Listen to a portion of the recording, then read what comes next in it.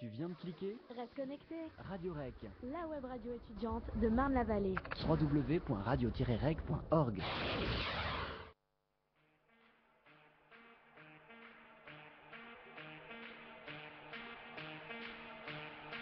Please, you can. It's a beautiful goal. It's magic. The public is for you. Magic.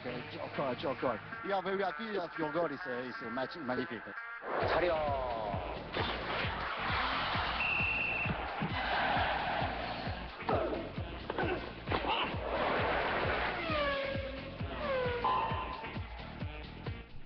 Bonsoir everybody, hello tout le monde, on se retrouve donc ce lundi dans Score Plus, lundi 17 décembre, et ce soir on parlera encore une fois football avec mes amis Robin et Raphaël. Bonsoir messieurs. Salut Mustapha, salut tout le monde. Bonsoir. J'espère que vous avez la pêche. Ah bah oui, un beau week-end de football. Ouais, C'était pas mal. Un peu partout, il y a eu des buts, c'était sympa. Bah écoutez, moi ce soir je vous propose de commencer directement avec la Ligue 1, la 18e journée de notre championnat, avec le choc au sommet entre le second et le premier, PSG contre Lyon, un match qui a tenu toutes ses promesses. La question on se la posera justement, je vois que Raphaël est dubitatif. On enchaînera avec le Tour d'Europe et je laisserai la parole à Robin pour nous parler d'Angleterre. Oui. Des choses intéressantes en Angleterre ? Très, comme chaque semaine en Angleterre, c'est le lot de la première ligue. Il va nous la survendre façon Canal Plus encore. Ouais. Ah, c'est magnifique, c'est le choc du mois sur Canal Plus. Voilà, on finira avec l'Espagne où le Real dit clairement adieu à ses ambitions de titre. Ouais. Et l'Italie où la Juve fait cavalier seul. Ouais. Voilà messieurs, je vous propose de commencer immédiatement avec la Ligue 1. Oui messieurs, la Ligue 1 donc que tu vas introduire magnifiquement et tu me prends un petit peu de cours et voilà je suis là. Voilà, une 18e journée riche en beaux matchs et en beaux gestes. Toulouse qui s'incline face à Marseille, Montpellier qui renaît de ses cendres face à Bastia, Nancy qui force Bordeaux à faire un nul, Saint-Etienne qui s'incline à domicile face à Lorient, et enfin le choc du haut de tableau entre Paris et Lyon, et c'est le PSG qui a tiré son épingle du jeu grâce à une réalisation de Matuidi. Qu'as-tu pensé de ce match, Raphaël ? Alors écoute, sur ce match-là, déjà première chose à dire, je pense qu'on avait tout était réuni pour qu'on voit enfin un beau match de Ligue 1. On avait une pelouse qui était plutôt acceptable, un stade plein à craquer, un dispositif Canal digne de ces grandes soirées Ligue 1. Après, si on rentre dans le vif du sujet, donc il y avait tout autour, en tout cas pour que tout soit parfait. Mais dans le jeu, j'ai été assez déçu finalement. Ouais, je vais pas assez déçu. Ouais, je te vois Robin dubitatif, mais à la fin du match, en fait, je m'attendais à plus, plus d'allant. De part et d'autre, j'ai pas vu un nombre incroyable d'occasions. Quand tu fais le compte, il y en a 7 il me semble, il y en a 6 pour le PSG, 1 pour Lyon. C'est ça. Moi, est-ce que Raphaël, tu serais pas un peu déçu du match et surtout déçu de la performance offensive lyonnaise? En partie forcément, parce que de toute façon c'est quand pour voir un bon match, il faut que les deux équipes proposent quelque chose. C'est vrai que Lyon n'a pas offert le spectacle qu'on pouvait attendre, ou en tout cas l'entrain offensif. Pour moi c'est en partie dû à ce milieu de terrain qui est une nouvelle fois remanié par l'absence de Grenier et de Gourcuff, qui leur est très préjudiciable. Tu es obligé de replacer Malbranc qui a un poste où il est beaucoup plus en difficulté qu'à l'accoutumée à son poste de prédilection, et du coup ça dérègle un peu tout. Rémi Garde avait en plus mis en place un système, une fois n'est pas coutume, en 3-5-2, remanié 5-3-2 en phase défensive, où tu voyais bien que Bastos, il était un peu tiraillé entre les deux, c'est-à-dire qu'il savait pas trop s'il devait rester derrière et vraiment aider son latéral ou monter. Et le pauvre Bastos, on a vu que l'une des rares fois où il est monté et qu'il est vraiment allé de l'avant, le but vient de son côté finalement. C'est ça. Un manque d'envie clairement du côté de Lyon. Lyon qui n'a pas su montrer les crocs. Au niveau offensif, on voit que c'était assez poussif, et personnellement, je vais pas enlever de mérite à ces Lyonnais, mais je vais surtout en donner à ces Parisiens qui ont fait un match quasiment parfait au niveau défensif, si ce n'est la seule occasion du match des Lyonnais où il y a eu un peu de passivité de la part de la défense parisienne. On a vu quand même un match où les Parisiens ont pressé du début à la fin, et ça grâce à l'homme du match, selon moi, Matuidi. Alors écoute, ça tombe bien que tu aies cet avis-là, parce que moi c'est vrai que après coup j'étais pas aussi pas optimiste, mais j'ai pas trouvé les Parisiens si brillants que ça. Mais c'est vrai qu'avec plus de recul, tu te rends compte que Paris mène 1-0 et que finalement ils ont géré leur match plus qu'autre chose. C'est tout ce que Ancelotti adore d'ailleurs, c'est ce côté italien qui aime la tactique un peu rugueux justement. Il a vu que son équipe n'était pas dépassée. Paris n'a pas vraiment été inquiété en seconde période. J'ai pas senti Lyon vraiment dangereux. Et c'est peut-être. On en est même arrivé à entendre des olés dans les travées du. Ouais, mais après, c'est le Parc public des du Parc Princes. des Princes. C'est le nouveau public du Parc des Princes. Ils peuvent te faire une ola au bout de 10 minutes aussi, tu vois. Mais voilà, tout ça pour dire que si tu veux, c'est vrai que Paris a été de ce point de vue-là impressionnant de maturité dans la gestion défensive parce que Lyon ne s'est procuré aucune occasion. Paris a plutôt bien géré le match. Thiago Silva, je l'ai trouvé, j'ai trouvé des premières minutes plutôt poussives où on a vu quelques déchets dans la relance inhabituels. Il s'est peu à peu repris, même si pour le coup tu parlais de l'action de Lisandro, c'est lui qui est censé être au marquage. Après c'est Mamadou Sakho. Moi je me posais beaucoup de questions autour de Mamadou Sakho, comment il allait se remettre de cette mauvaise passe. Je l'ai trouvé vraiment correct pour le coup. Il est dans une situation qui est très compliquée. Psychologiquement, on lui enlève le brassard et il passe d'un statut de cadre à un statut de banc de touche. C'était pas simple pour lui et je trouve qu'il a plutôt bien géré l'événement. Il a bien répondu. Moi, je trouve que ça s'illustre parfaitement dans sa lutte quand il laisse sortir le ballon contre Gomis, il me semble. Et là, on sent vraiment beaucoup de sérénité. On a vu un Thiago Silva qui venait l'applaudir. Mais là, moi, je trouve que non, mais tu vois, c'est des petites actions. Je trouve que en l'occurrence sur cette action, je trouve qu'il prend un peu de risque dans le sens où il est vraiment très virulent. Oui, mais certes, mais n'est-ce pas là le signe d'un joueur qui est en confiance? C'est vrai. Parce que tu vois Gomis arriver, faut la voir. Il faut pas oublier que c'est son style de jeu, quoi. Ouais, c'est son style dans de jeu. l'impact. Oui, ça c'est vrai. Et puis on le voit, il est excité comme une puce. Non mais tu vois, à la fin, bon, après, effectivement, j'ai l'impression, Raphaël, que tu as tendance à globaliser un petit peu la non-offensive de Lyon à tout le match. Moi, j'ai vu 35 premières minutes de match où Lyon avait un peu plus de chances de marquer. C'est-à-dire que les 35 premières minutes de match étaient vraiment très équilibrés dans le sens où Lyon arrivait à montrer qu'il pouvait être dangereux collectivement et Paris. Ouais, mais je veux bien entendre ton discours, mais à part l'occasion de Lisandro, cite-moi sur quelle action Lyon a été vraiment dangereux. C'était plus un ensemble, c'est-à-dire que ça s'approchait de la cage parisienne. Ouais, mais tu vois, garder la balle pour garder la balle, ça sert pas à grand-chose. Avant le premier but de Matuidi, il y a une très bonne situation de 3 contre 2 de Lyon. Tu vois, c'est Lisandro Lopez perd la balle. Après, il y a une super remontée de Thiago Motta, etc. Mais je trouvais que Bastos, Lopez arrivaient à pénétrer dans la surface et chercher des situations. Le problème pour Lyon, c'est qu'ils n'arrivaient pas du tout à trouver justement leurs attaquants qui sont en l'occurrence Bafétim Bigomis ou encore Lisandro Lopez. Même Lisandro, mais même ouais, mais c'est ça. Moi je trouve que Paris a vraiment bien annihilé ce lien entre les lignes et le milieu de terrain de Lyonnais a eu beaucoup de difficultés. D'autant que tu avais un Gonalon qui était obligé de combler les montées de Bastos vu que c'était une sorte de 3-5-2. Tu avais Gonalon qui comblait sur le côté gauche. Du coup, ça te faisait un mec en moins au milieu de terrain et j'ai trouvé ce milieu de terrain vraiment en deçà de ce que j'ai pu les voir faire ces dernières semaines. Moi personnellement, j'aimerais revenir sur un fait, c'est la nouvelle stratégie qui fonctionne plutôt bien du côté du PSG, c'est ce 4-5-1 avec Jérémy Ménez qui est en retrait de Zlatan Ibrahimovic.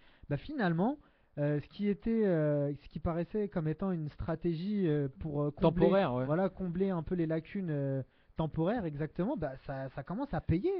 Tu fais bien de dire 4-5-1 parce que tout le monde nous bassine avec un 4-4-2 qui n'en est finalement pas un, parce que un coup c'est Ménez qui décroche, un coup c'est Zlatan. Donc t'es jamais vraiment dans une situation de 4-4-2 à plat. T'as clairement, quand tu analyses bien et que tu mets pause, parce qu'on peut le faire maintenant avec les nouvelles technologies, quand tu mets pause, tu vois bien que t'as quand même deux mecs qui se détachent du milieu de terrain au poste de 6 ou de relayeur, qui sont Thiago Motta et Matuidi. Et d'ailleurs, faut en parler de ces deux mecs-là, parce que pour moi, c'est eux les piliers de ce milieu de terrain et les cadres de cette victoire parisienne. Tu vois, rien que sur le but, la passe de Thiago Motta, elle accélère le jeu, mais voilà, c'est tout bête, mais c'est le contraire de ce qu'on voit avec des mecs en Angleterre. C'est le mauvais exemple pour le coup pour Souken, mais tu sais, des mecs comme Tarab qui gardent vachement la balle, qui vont vite. Ouais, mais c'est pour ça. Mais si tu veux, là, la passe de Motta, elle accélère le jeu, mais de manière incroyable et de manière incroyablement efficace. Après, Zlatan a le mérite de faire le travail. Il voit son centre qui est un peu dévié, qui a de la réussite. Et Matuidi, faut le souligner parce que la tête, d'accord, elle est belle, mais ce qui est le plus marquant pour moi, c'est le fait qu'il soit dans la surface à ce moment-là du match. Il a envie en plus cette saison. Voilà, il a envie, il va de l'avant et il confirme tout le bien qu'on pensait de lui depuis le début de saison. Matuidi fait une saison incroyable depuis le mois d'août. Moi, j'aimerais rappeler une statistique. C'est son 4e but de la saison sous les couleurs du Paris Saint-Germain. Il en met plus que les 3 dernières saisons. C'est quand même incroyable. Puis il a mis des poteaux, etc. Il est beaucoup plus en confiance. Clairement. Il a progressé aussi. À prendre une part. Il a progressé indéniablement. Et ça, c'est le travail d'Ancelotti qui au début, quand il arrivait, ne comptait pas trop sur sur Blaise Matuidi. Le mec s'est accroché, il avait de l'envie.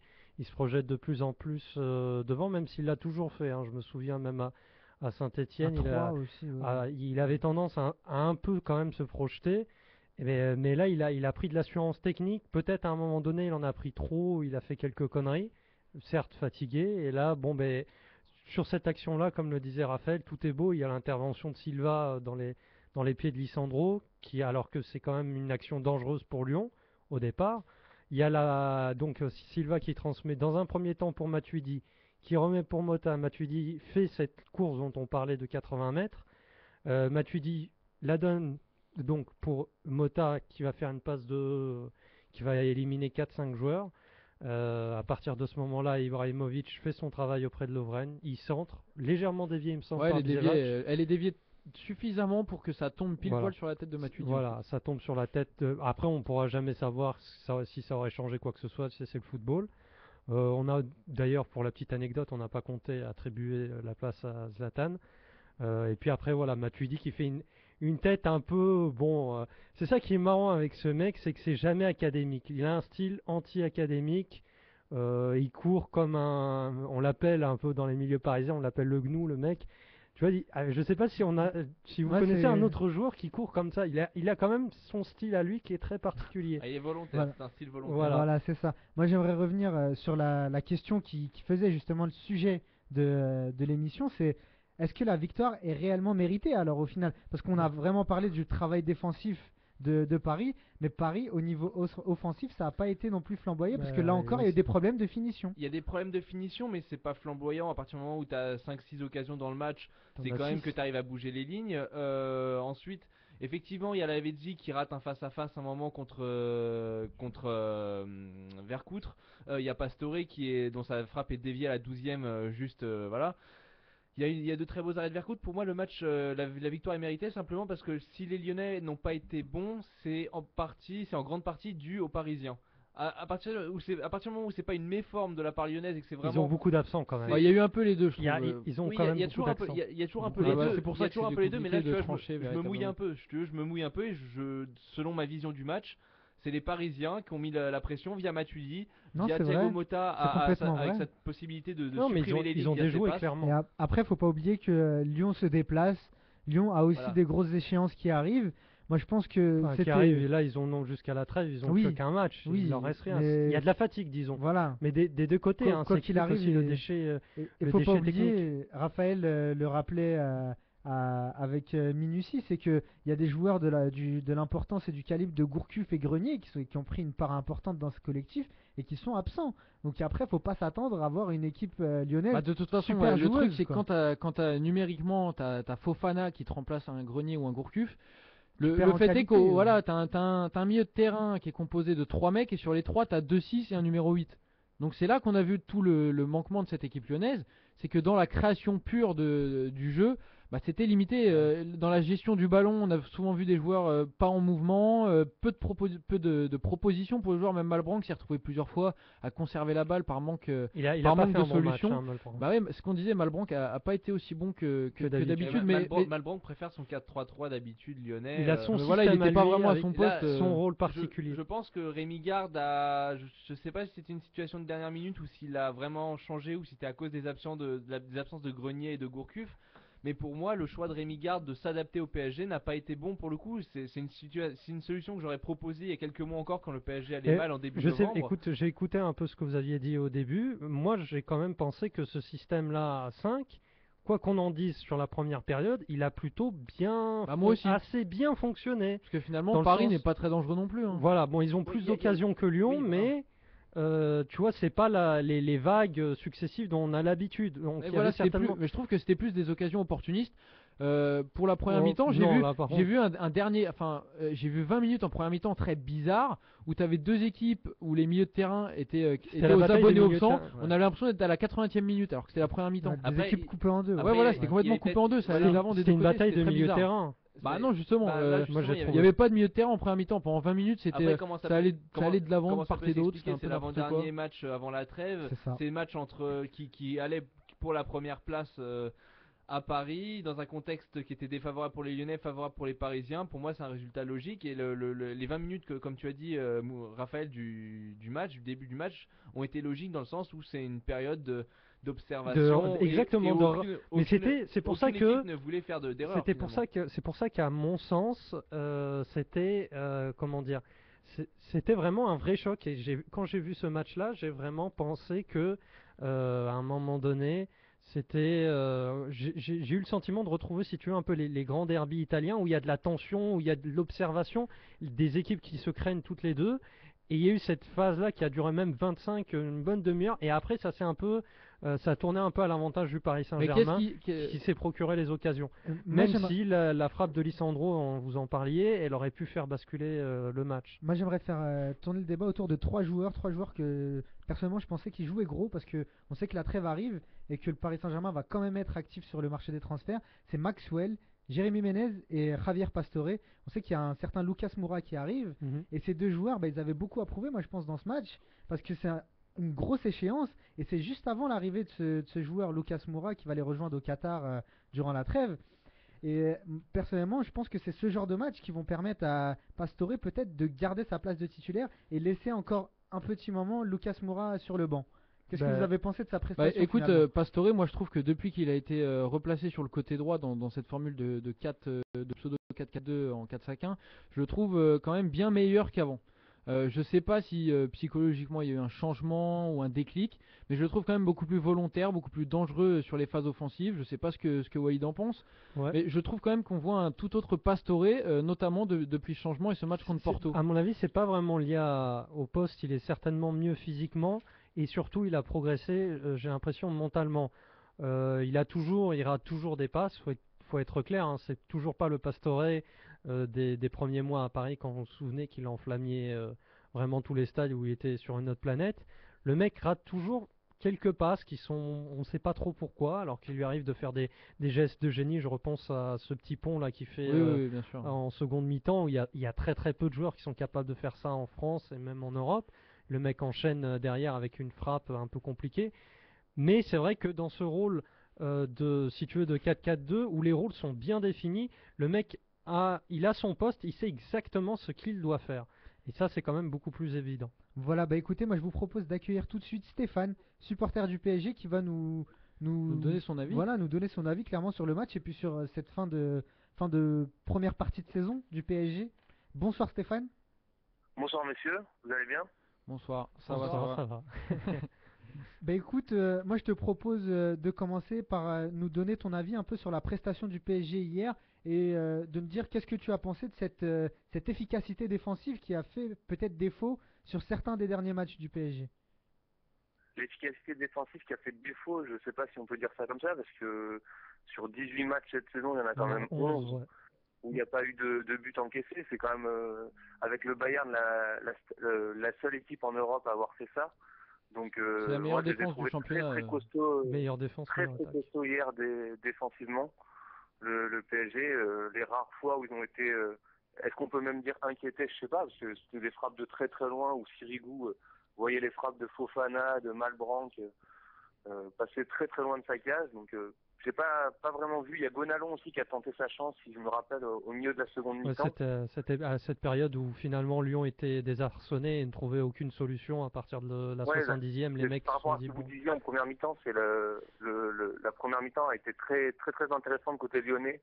D'un point de vue collectif, on sentait vraiment qu'il y avait une patte Gourcuff.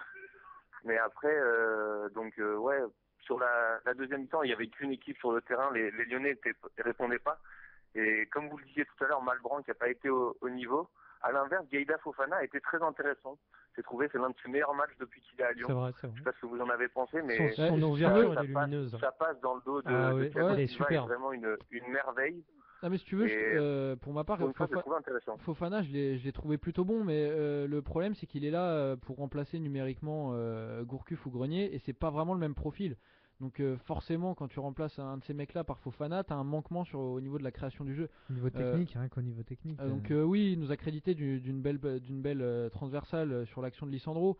Mais je trouve quand même que dans l'allant offensif et dans ce qu'il peut proposer, la manière dont il peut mettre le danger dans la surface adverse, je le trouve quand même logiquement moins allant moins tranchant que peuvent l'être Grenier et Gourcuff.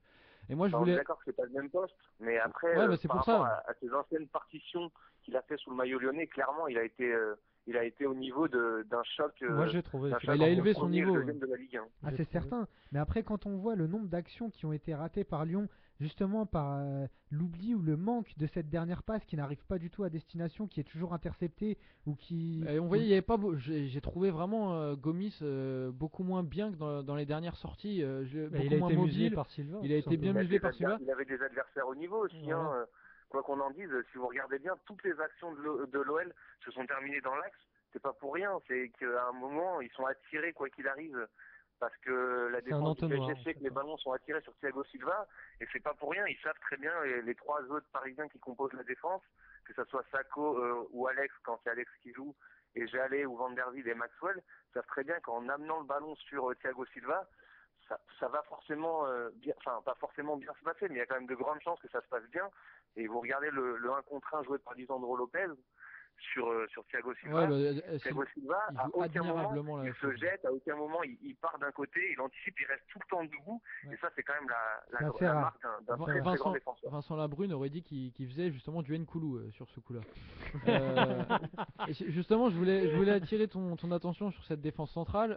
Qu'est-ce que tu as pensé de Mamadou Sakho personnellement, est-ce que tu préfères Alex? Qu'est-ce que tu penses de cette association? Et justement, vu que toi tu étais sûrement un ancien supporter du Paris Saint-Germain, comment tu vis entre guillemets le fait de voir Sakho reclus sur le banc de touche et qu'on lui a enlevé le brassard de capitaine? Après, la question du brassard de capitaine, pour moi, c'est indéniable que Thiago Silva doit être le patron de cette équipe. Il en a le charisme, il en a la présence sur le terrain.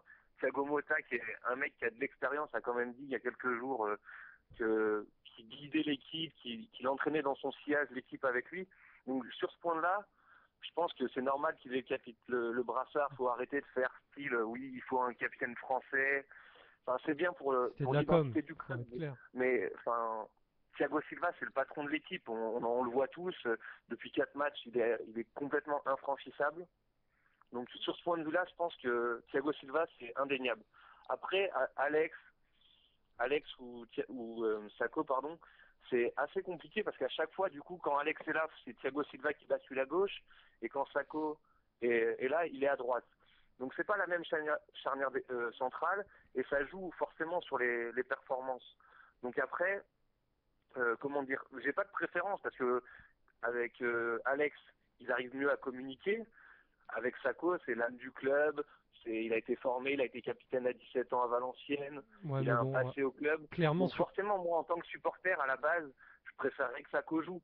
Mais quand tu vois la solidité et la colonne vertébrale de l'équipe qui se dégage quand Alex, Thiago Silva, Thiago Motta, Matuidi sont là tous les 4 en même temps, et puis tu peux pas te passer de joueurs qui ont de l'expérience au plus haut niveau, quoi. Tu peux pas te passer d'un joueur comme Alex qui a joué à plusieurs reprises la Ligue des Champions avec Chelsea, un joueur comme Thiago Silva, Maxwell aussi qui a joué la Ligue des Champions avec le Barça et l'Inter.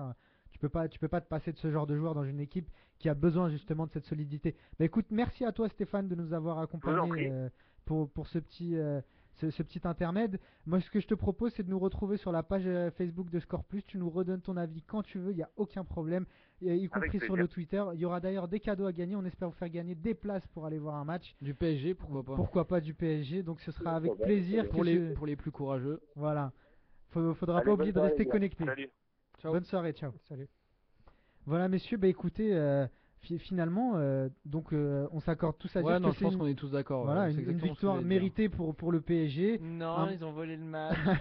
Non, mais tu sais que c'est vrai, non, mais parce que quand on regarde les matchs du Paris Saint-Germain, c'est déroutant. On a l'impression.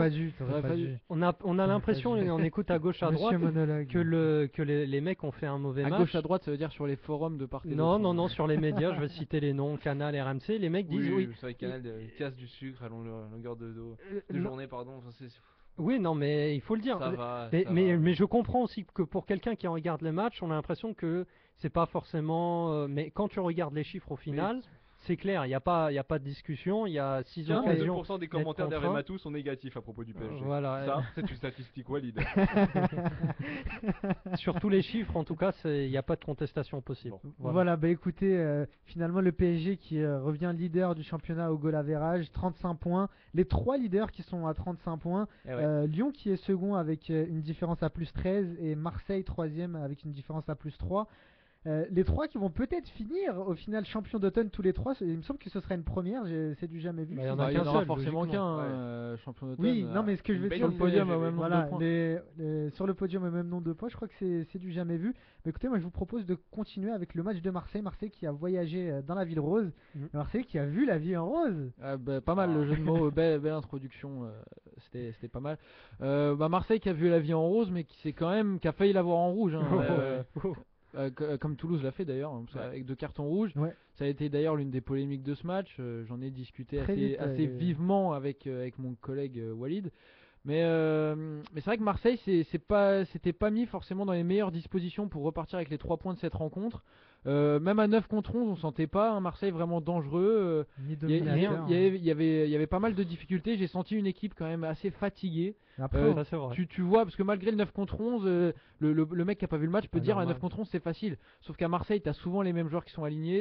Comme on l'avait dit, on est au mois de décembre, c'est la fin de la première partie de saison. Les organismes ils sont complètement crevés. Et là on l'a ressenti.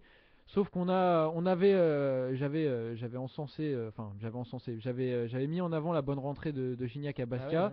Là, il a confirmé tout le bien que j'avais dit de lui, parce que le Messi André-Pierre Gignac est rentré à la mi-temps et a offert la victoire au peuple marseillais. Certes, je vais pas vous faire hérisser les poils, c'est un excellent but d'André-Pierre Gignac. Seulement les 2 cartons rouges sont visibles sur le but, dans le sens où il y a un boulevard, il a tout le temps de la placer. Parce que évidemment les deux côtés gauche, latéraux et milieu sont pas là. Et évidemment, tu vois. Après, c'est son remplacé. C'était très beau. T'as aussi le mec qui a remplacé l'arrière gauche, je sais plus qui avait pris sa place, qui joue archi mal le coup. Il monte sur Gignac en laissant un boulevard derrière lui. Mais parce qu'ils sont très mal joué. Il me semble que c'est Dido qui a été sorti d'ailleurs juste après. Ils doivent compenser. Et d'ailleurs, attendez, parce que là, moi c'était Ben Yedder. Après, la frappe est belle. C'est Ben Yedder qui était là. Oui, la frappe est magnifique.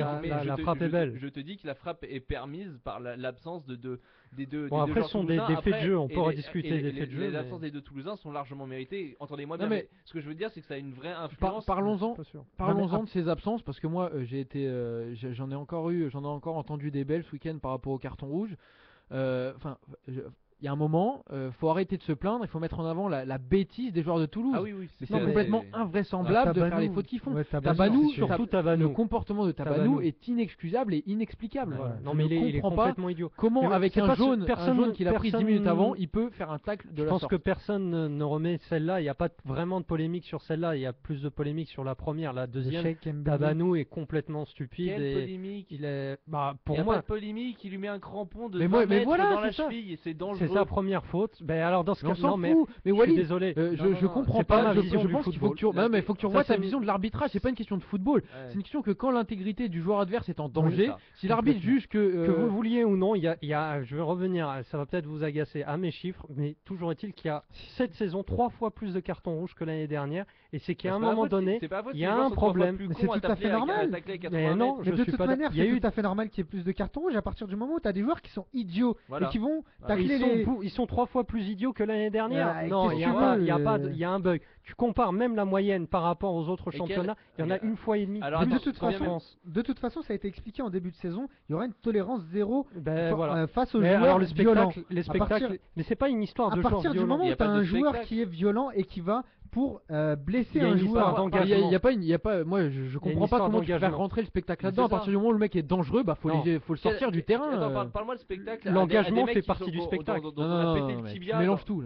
Mais oui, mélange tout. Parle de spectacle. Quand De Jong prend un jaune quand il casse la jambe de Ben Arfa, c'est du spectacle ça aussi. Mais après, suivant la gravité de la blessure, il y a des commissions. Faut attendre que Amalfitano se fasse péter la cheville pour mettre un rouge. Je me souviens du cas Pierre Alain Fro. Le mec après, il a pris 12 matchs de suspension parce qu'il avait pété la jambe du mec qui s'était retrouvé, je crois un mec de Valenciennes, qui avait pris pour 6 mois. D'accord, mais tu dis, on peut faire il faut attendre, etc. Qu'est-ce qu'a fait l'arbitre? Il a bien attendu de voir l'état C'est d'Amalfitano pour et mettre il est le rouge. revenu. Il a mis 2 Et minutes. il est Ah bah ça, revenu l'arbitre peut après. pas deviner que Et il est Amalfitano revienne revenu 8 minutes après. après. Et il est ressorti à la Je mi-temps. peux t'assurer C'est quand que même si dangereux. il y a le moindre truc sur la Mais c'est cheville, pas- le mec sort Mais immédiatement. c'est pas une question de gravité, c'est une question d'idiotie du joueur. C'est Mais pas de toute le façon- joueur touché qui est incriminé, qui Oui. Bon, dont bref. on juge, Et de c'est toute le mec façon, qui tu fait vas le pas tacle. attendre qu'il y ait une ça. jambe Moi, cassée pour vous mettre connaissez mon un opinion, c'est carton pas rouge. propre à Marseille ou à n'importe quel club, c'est général dans cette Il ligue. faut attendre, Bref, il faut il y a attendre que trop la de- cheville soit pas cassée Marseille. pour Il y a Walid. Ouais. trop de cartons rouges, trop de cartons même d'une manière générale, j'ai l'impression. Bref. Et ça nuit au jeu. Je vois pas ça ailleurs. Je regarde beaucoup Donc, de matchs. On va revenir au match. Euh, Merci Moustapha. 2 cartons rouges pour l'équipe de Toulouse Ouais. et une équipe de Toulouse qui s'est très vite récroquevillée en défense. Tu veux faire quoi d'autre? Et qui a oui, compté, qui a après, compté sur un tu veux faire quoi d'autre excellent, même si sporadique Amada. sur ces dernières matchs, un excellent Amada qui Ouais. faut souligner. Ouais, moi à la d'ailleurs sortie des- j'attendais Et la alors, boulette je parce que je suis me pas disais tout à bon, fait il y a d'accord. forcément un moment dans le match où il va Ouais, craquer. mais là, je pense que même Superman ne peut pas l'avoir sur la frappe de Mais Gignac. tu sais quoi, il m'a même fait peur quand il a failli monter sur le coup franc. Je me suis dit, bah, alors là, s'il remet un but comme la dernière fois, je Non. m'incline. Tu vois, je mets à Non, genoux, il a- je vais brûler des il l'a- cires. il l'a Ça reste pas un fait. mec quand même assez régulier dans Ah bah oui, dans c'est cette pour ça que je t'ai dit, performance. j'attendais la boulette. C'est dommage de la part de Toulouse d'avoir été exclu parce que je pense que Toulouse Oui. aurait cherché pense que ça aurait un sale 0-0 des familles qui nous Bah, auraient moi, engueulé, je pense mais même qu'ils auraient. Mais dû ils faire ont autre chose. l'habitude en plus de donner du fil à retordre à l'équipe de Marseille. hein. Je pense vraiment, je te rejoins Robin dans le sens où les 15 premières minutes pour moi elles sont vraiment moribondes, on voit quasiment rien, il n'y a pas de jeu de part et d'autre, tu sens des organismes fatigués, la pelouse est pourrie encore une fois. Lamentable. Je veux dire, moi ça puait le vieux 0-0 des familles à 17h, tu sais, le bon match en bois de Ligue 1 que tu regardes dans le froid. Il y en a pas mal. hein. Ouais, il y en a pas mal. Et finalement, bah, ces 2 rouges ont changé complètement la physionomie du match. et l'entrée de Gignac aussi. Je pense Et que si l'entrée Gignac de avait Gignac, été t'as encore raison. blessé, je doute que, enfin, après voilà avec des signes, mais Et il s'est- c'est quand même le Le bonhomme lien plus, aussi. Et bonhomme il plus s'est de l'OM. rappelé au bon souvenir de ses anciens coéquipiers. Oui, hein, surtout. Il après, a marqué 21 buts, je crois, dans le stadium de Toulouse, qui est son Je Ça crois lui qu'ils réussit sont bien. 22e. Non c'est un peu- Mais semble-t-il. c'est bien, moi Une vingtaine de ça buts. confirme ce qu'on disait sur André-Pierre Gignac vendredi, ne serait-ce que vendredi, le mec se pose pas de questions, c'est ça Voilà. qui est bien avec lui. Mais pour Marseille, plus globalement, je pense que Marseille réalise concrètement avec ses La 3 bonne points affaire, Toulouse hein. la bonne affaire de ce week-end. Clairement. Marseille a 35 points à la 17e journée, mais je peux vous dire que même pour les dirigeants, c'est une situation inespérée. Marseille était à Inespérée, égalité totalement. avec C'est les le mot, deux je crois. premiers du classement. Il faut savoir que Marseille, l'Olympique de Marseille, n'avait pas eu plus de 34 points à la trêve hivernale depuis 2002. Et là, Marseille peut finir avec 38 points. Donc Ouais. c'est dire l'exploit réalisé par Eli Bopp. Et le Ouais. mec qui a parié pas mal sur comme ça, Bwin, ça. sur Bwin que Marseille allait être sur le podium à la trêve, il a dû se faire pas mal de Ah fric. ouais, Après, parce que- je suis pas sûr, c'est ce qu'on se disait la dernière fois avec Robin, on avait un peu la même réflexion, que ça peut durer éternellement Ça comme fait ça. 3 mois qu'on dit ça en Oui, fait, ça, et après, ça fait c'est 3 mois les qu'on Je pense avait que dit tu verras, ça. tu vas Ça être fait 3 mois surpris que en l'OM seconde aussi période. fait un Voilà. malin. Là, c'est une Je pense que petite, sur la Ouais, mais ça suffit. Mais l'année oui, dernière, ça- c'était la ça même suffit. chose. Là, ils font 2 victoires Tu verras. d'affilée et ils font Tu la verras. très bonne opération. C'est Mais dire si ça suffit. De toute façon, moi je pense qu'ils vont finir un peu en roue libre. Ils vont se dire on va jouer ce qu'on peut jouer. Ils ont plus que ça à jouer. Ouais, de voilà, toute ils façon, ont voilà. ça et la Coupe de France. Il y a rien d'autre au final. Ils vont faire ça un peu, Puis, comme je l'ai dit, en roue libre. Et Ouais. puis on Alors- verra bien, alors advienne que pourra. à quoi. l'orgueil un peu, sachant qu'il y a Paris devant, ça peut jouer aussi. Après un moi, petit peu. après moi, ce que je pense aussi, c'est que Et je pense que. Attends, Vas-y, laisse-moi vas-y. terminer, s'il te plaît. Concrètement, vu la qualité des adversaires derrière, ils peuvent espérer tellement derrière c'est mauvais, vraiment très mauvais, ils peuvent se dire bon bah écoutez, nous on n'est pas bon, on a souvent des matchs qui basculent. C'est une équipe qui est difficile à analyser parce qu'elle se prend des taux le 4-0. Le match suivant, elle va gagner un 1-0, elle va faire un bon En match. témoigne la différence de but. Hein, Oui, c'est qui est assez- totalement inexplicable et unique en Europe. Mais ma foi, tant mieux pour eux. J'ai entendu dire que financièrement ça va aller mieux. Et je me dis, bon, même pour le football français, il vaut peut-être même mieux cet OM là que d'autres équipes telles Montpellier cette année ou Lille qui ne feront rien en Ligue des Champions.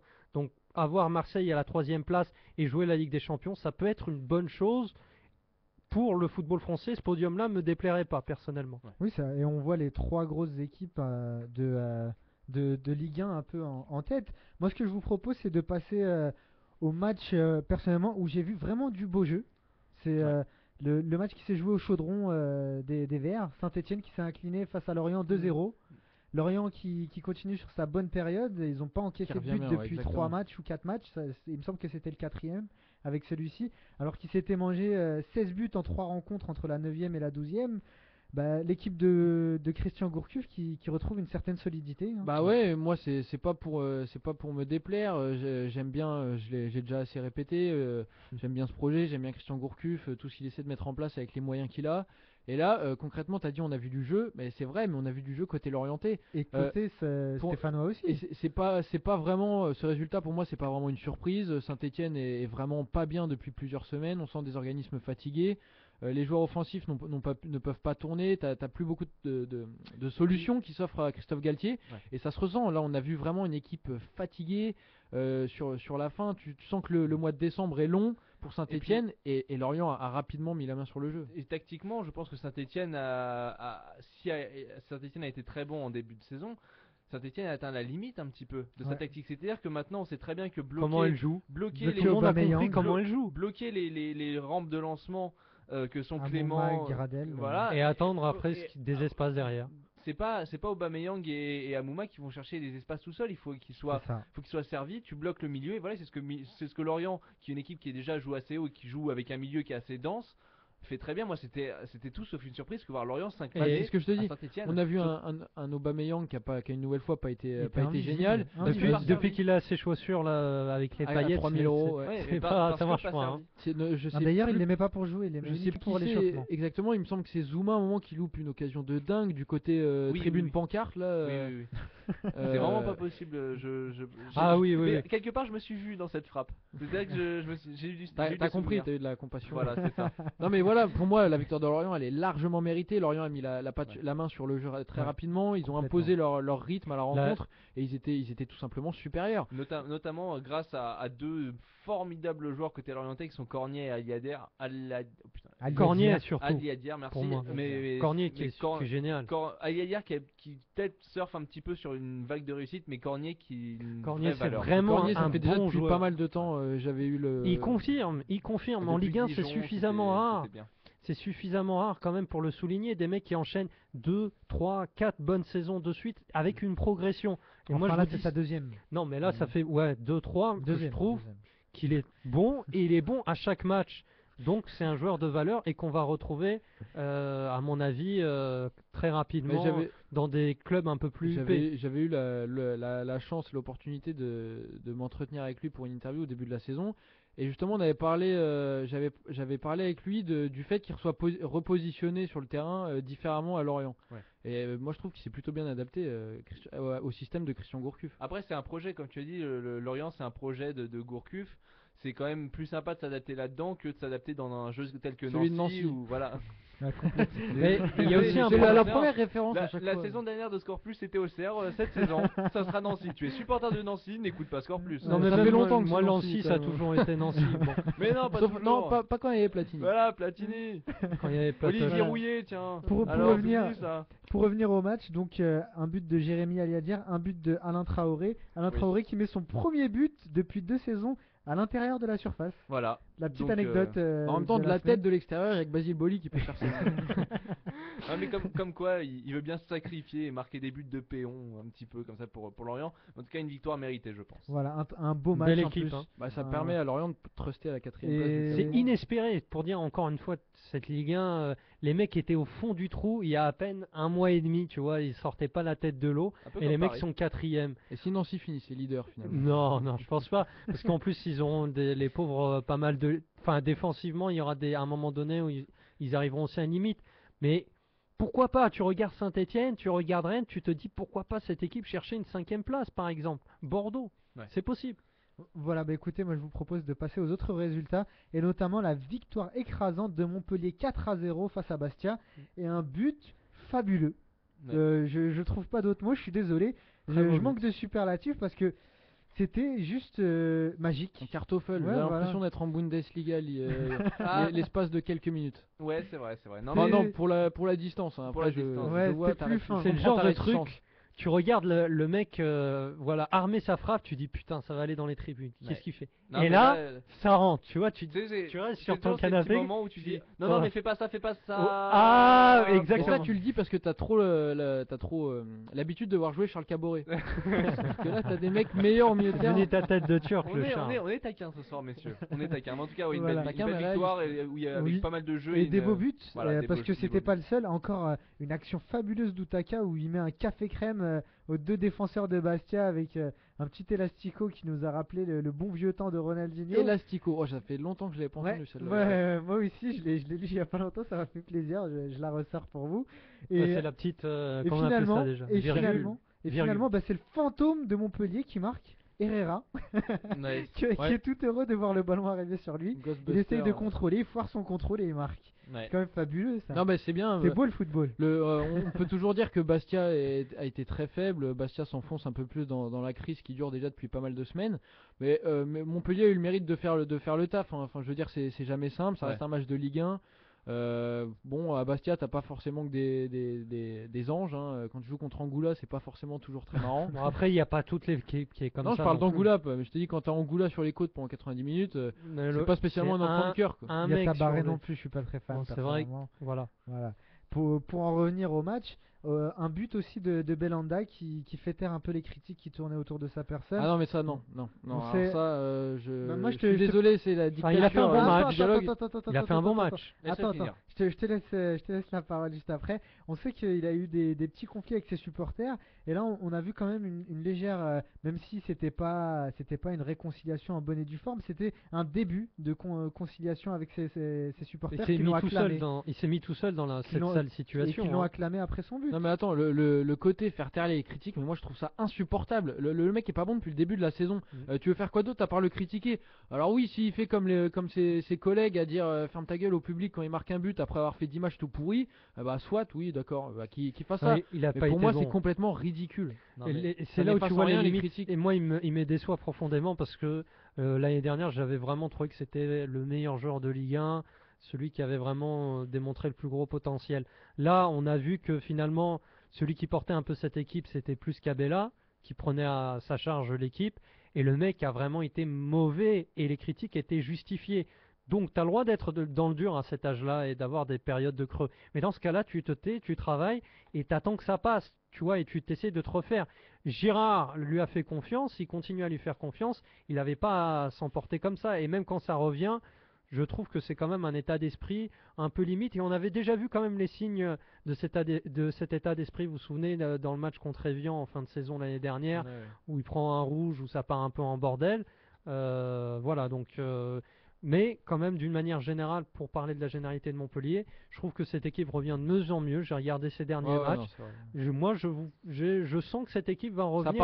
Ça partait du néant. Je te rappelle qu'au début de la saison, tu étais quand même l'un des premiers à dire que tu voyais Montpellier s'enfoncer et ne pas les voir revenir. Voilà, mais c'est ce que j'allais faire mon mea culpa justement, mais tu le fais avant moi. J'allais justement dire que au début de saison, j'avais dit que ça allait partir un peu en couille. Mea culpa, donc j'ai l'impression que les mecs vont viser une place européenne et qu'ils vont revenir petit à petit sur les derniers matchs que j'ai vus en tout cas. Voilà, on voit donc la confiance de Walid en Montpellier. On te ressortira les cassettes si jamais il si je me retrompe encore. Mais au moins là, c'est vrai qu'au début de saison, je les voyais pas relever la tête. Voilà, pour revenir à cette 18e journée, petite mention spéciale au match Nice-Evian, 3-2 pour Nice. Un beau match beau retournement de situation avec un beau match magnifique de Ligue 1, but de Zvitanic. J'ai vraiment apprécié le petit enroulé là. Je crois que c'est son 11e but déjà. Inexplicable, il y a des phénomènes, des trucs en Ligue 1. L'inexplicable qui devient de moins en moins inexpliqué, puisque depuis sa belle performance à Paris, Zvitanic fait des bons matchs chaque semaine et Nice, même avant, je te signale. Ça fait 17 matchs consécutifs que Nice marque un but en Ligue 1. Je te signale même avant Paris. Moi, ce que je te disais inexplicable, c'est au sens, tu regardes la trajectoire du mec, il est passé par l'Ajax, par rapport à ce qu'il faisait en Argentine à Boca, c'était le néant. Le mec était même pas le remplaçant du remplaçant. On le voyait quasiment jamais, et là il signe à Nice pour une bouchée de pain. C'est beau le niveau Ligue 1. Et ben voilà, c'est la Ligue 1. Bienvenue en Ligue 1. Ça lui permet justement de se faire connaître un petit peu, voilà. Pour revenir aux autres résultats, Rennes qui gagne à domicile face à Valenciennes 2-0. Reims qui fait match nul à domicile face à Lille. 3 qui gagne 3-2 3 qui gagne 3-2. Logique. Ça a été dur, hein. Ils ont eu Face à chaud. Hein. Ajaccio. Sochaux qui s'incline à domicile 2-1 face à Brest. Et enfin, le match nul entre Nancy et Bordeaux. Voilà, donc moi je vous propose de faire une petite pause musicale et de se retrouver pour notre tour d'Europe. Petite info en direct, c'est vrai, j'ai oublié de vous l'annoncer. Arsenal vient de s'imposer 1-0 face à Reading. Non, mène. Il mène 1-0. Mène seulement. Mène 1-0. Ah, C'est ça, la ça 4ème arrive. minute, Autant- but de Podolski. Autant pour moi. On y va? Et c'est parti. Il pourrait revenir 5ème. À tout à l'heure.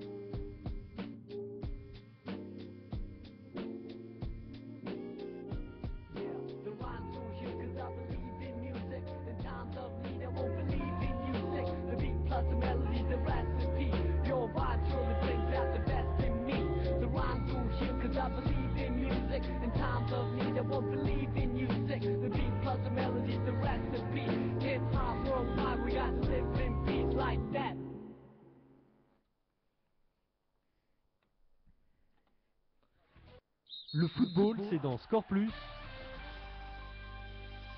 sur Radio Rec. Attention, Et voilà, donc on se retrouve dans Score Plus. Ah, il a failli. Moi, je veux un nouveau jingle à Noël. Ouais, on le demande au Père Noël, le Père Rec. Père Walid. Le Père Walid, voilà. Donc, quelques jours de la fin du monde, on se retrouve encore une fois pour parler football, messieurs. Et cette fois, on va passer de l'autre côté de la Manche, et non pas de l'autre côté de l'Atlantique, comme le dirait notre cher Raphaël. Ou Elibo. C'est Elibo, la Ou référence. Elibo aussi, bien sûr. Donc, Robin va se faire un grand plaisir, une grande joie et beaucoup de sympathie pour nous dire tous les résultats de cette journée de Première Ligue. Tellement d'éloges que là, t'as l'impression que voilà. Je vais jamais commencer. Je vais jamais commencer. Non. C'est parti, on commence avec le gros match de samedi de 13h45, à savoir Newcastle-Manchester City. Donc Newcastle qui accueillait Manchester City. On savait une équipe de Newcastle qui était 14e, qui avait beaucoup de mal en ce moment, même depuis la prolongement du contrat d'Alan Pardew jusqu'en 2018. On est coutumier du fait en Angleterre, mais quand même. Newcastle qui se repose beaucoup trop sur Dembaba et ça se voit, mais pas tout à fait. C'est-à-dire qu'on commence les 10 premières minutes du match et on a une très très forte entame de Newcastle qui presse très très haut. Qui remet un petit peu Manchester City en position de faiblesse. On a Joe Hart qui s'étend de toute sa classe pour sauver les buts de Manchester City. Et après, Manchester City déroule et j'aimerais qu'on fasse un petit focus avec moi, ce que j'ai appelé la passe de la semaine. On peut pas dire le but de la semaine parce qu'il y a eu Estrada, il y a eu Koné, on verra ça dans la page italienne tout à l'heure. Mais il rentre dans le top 10. Mais la passe est assez exceptionnelle. On a fait tout un pataquès d'espèce de vieille fausse passe aveugle de Nasri. Non, Canal a fait tout un pataquès. Canal a fait tout un pataquès de la passe de Nasri. Vous avez un problème avec Canal, hein. Faites attention. Non, mais comme ça, les gars français, ils ont tendance à. Voilà. Faites attention, ils ont le bras long, si vous voulez faire carrière là, ça va mal finir. Un petit peu et voyons à quel point la passe de Kolo Touré est exceptionnelle. Il est à peu près à la ligne médiane. Il regarde absolument pas. Il fait une passe qui. Yaya. Tu l'as fait. Excuse-moi. Fais attention, hein. Colo, c'est celui qui met les costumes qui brillent. Ouais. Voilà. Et qui est un moins mauvais défenseur qu'on ne veut bien le laisser croire. Mais Yaya Touré qui nous fait une superbe passe et donc pour le 1-0 de Newcastle inscrit par de Sergio Aguero et qui s'appelle Kun Aguero, ça marche aussi. Premier but de Xavi Garcia. Premier but de Xavi Garcia à la 39e et donc ça déroule et Manchester City qui ne se fait absolument plus peur. Et c'est ce que j'allais dire parce que les 10 premières minutes c'est gentil, on a l'impression d'entendre le mec de Nancy qui disait on a été dangereux durant les 3-4 premières minutes, on a eu quelques occasions. Non mais un match ça dure 90 minutes, c'est bien c'est un peu l'élan des équipes de CFA qui jouent contre une Ligue 1, il y a 10 minutes où ils sont euphoriques, ils disent allez on donne tout, sauf qu'après tu t'es rendu compte qu'il y avait quand même une classe d'écart. Newcastle, moi franchement ils m'ont énormément déçu sur cette rencontre. Notamment moi ce qui pose problème, c'est-à-dire que c'est l'espèce de kick and rush qui est imposé vers Dembaba, Papi Cissé qui ne confirme pas et c'est surtout les manquements.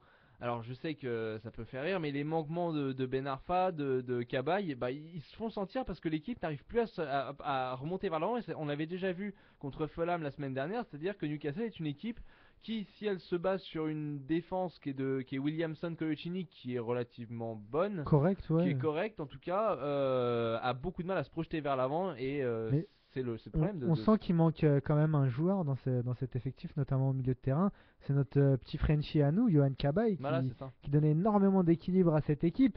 Personnellement, j'ai pas forcément suivi tous les derniers matchs de Newcastle et je sais pas du tout comment il s'est blessé. Il me semble qu'il est blessé. Il s'est blessé depuis quelques 2-0 pour Arsenal. Oui, 2-0 pour Arsenal. Et au final, on sent quand même qu'il manque un peu ce lien entre Gutiérrez, Anita, Papi Cissé, Dembaba et le reste de l'équipe. C'est un très jeune joueur. De plus, Anita, c'est un néerlandais qui a peine à percer. Et voilà, c'est dommage en tout cas pour Newcastle, mais c'est surtout très très bien joué de Manchester City qui prend des points nécessaires. Et personnellement, ce qui m'étonne, moi, c'est de voir énormément de jeunes joueurs percer, avoir des places de titulaires dans cette équipe de Newcastle et toujours pas avoir de signe de notre cher Sylvain Marveau.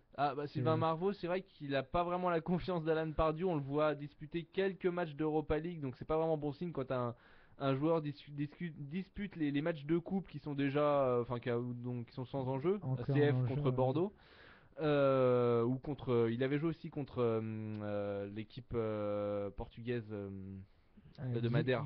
Madère, Guimarães, non? Non, l'équipe. C'est. Passons, je vais chercher. Braga. Mais Je sais pas. en tout cas, c'était très dommageable pour Newcastle et c'est surtout très très bon pour Manchester City qui continue à. Là où tu as raison, c'est que je pense qu'il y a un vrai problème par rapport à Dembaba et à cette dépendance. D'ailleurs, on l'a vu, Dembaba c'est 70% des derniers buts de Newcastle. Je crois que c'est 57. 70. Je crois que c'est 11 buts sur 19. Ah ouais, oui, il me semble que c'est ça aussi. c'est là, ça. ça, Je crois que c'est ça. Il me semble que c'est ça aussi. c'est On l'a vu peut-être dans le même 57. endroit. 57, hein, 57 parce que 11 sur 19 ça fait pas vraiment 70. Non. Mais voilà, ça montre bien quand même que le mec est au centre de toutes les attentions sur le point de vue offensif à Newcastle. Il a été un peu trusté par Arsenal, mais attention, moi je dis attention à Dembaba parce que Dembaba c'est un joueur qui brille là parce qu'il est un petit peu seul. Mais c'était pas un joueur, c'est un joueur qui a connu un énorme vide en fin de saison dernière, notamment avec l'arrivée de Papi Cissé. Et même à Hoffenheim où il avait commencé en trombe, je me rappelle il y a 2 saisons de ça avec Vedad Ibišević, ils avaient mis il me semble à eux deux en une moitié de saison, ils avaient mis presque 40 buts tous les deux et puis au final le reste de la saison il a été blessé, il a plus rien fait. D'autant que sa clause libératoire refroidit pas mal de clubs outre-Manche. Faut savoir qu'elle est quand même assez élevée et que Arsenal mène actuellement 3 buts à 0 sur la pelouse de Reading. On parle bien de Dembaba content, Ouais. Pour la clause, il me semblait qu'elle était justement c'est le contraire, Raphaël, qu'elle était justement faible. Elle est très très faible. Elle est de 8 millions. Alors c'est les dirigeants de Newcastle qui avaient peur de le Oui. voir partir parce Voilà, que c'est ça. Voilà. Bon. En tout cas, l'autre C'est bien fait de me Manchester reprendre. qui gagne simplement assez facilement 3-1 contre Sunderland avec une entame très très très très aisée de la part des Mancuniens, trop aisée peut-être. C'était beaucoup trop simple. Beaucoup trop facile et United rentrait dans cette défense de Sunderland comme dans du beurre.